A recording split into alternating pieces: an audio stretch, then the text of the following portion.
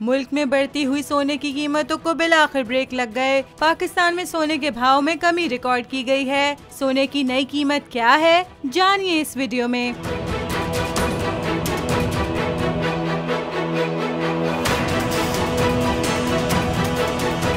आलमी और मुल्की सराफा मार्केट में सोने की कीमत में कमी हुई है। मुल्की सराफा मार्केटों में फी तोला सोना 700 रुपए कमी से 2,76,000 रुपए का हो गया, जबकि 10 ग्राम सोना 601 रुपए कमी से 2,36,625 रुपए का हो गया। आलमी मार्केट में फी ऑन्स सोना $6 की कमी से $2,657 का हो गया। वाज़ेह रहे, गुज़िश्ता रोज आलमी सतह पर कीमतों में इजाफे से मुल्की सराफा मार्केटों में भी सोने की फी तोला नरखों में इजाफा हुआ था, जिसके बाद मुल्की सतह पर फी तोला सोना 1,500 रुपए इजाफे से 2,77,000 रुपए का हो गया था।